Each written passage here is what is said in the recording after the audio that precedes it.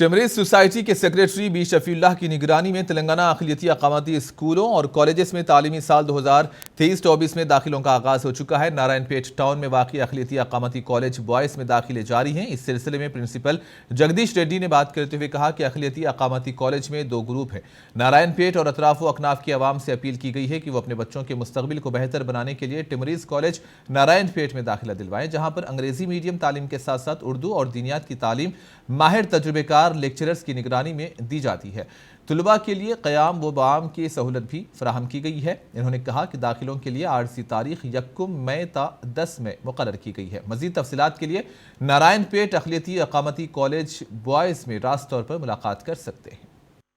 मैं ए Jagdish Reddy, TMR junior college boys Narayanpet, secretary टिमरीज बी शफीउल्लाह साहब की निगरानी में जुमला तेलंगाना में 204 तेलंगाना अक़लियती अक़ामती रेजिडेंशियल स्कूल और जूनियर कॉलेज में 2023 टू 2024 ऑनलाइन दाखिले जारी है, जिसमें नारायणपेट जूनियर कॉलेज में MPC और BPC में दाखिले जारी है।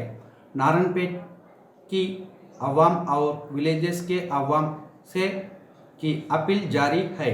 नारायणपेट जूनियर कॉलेज बॉयज़ में अपने बच्चों के दाखिले दिलवाकर अपने बच्चों को का फ्यूचर बना है।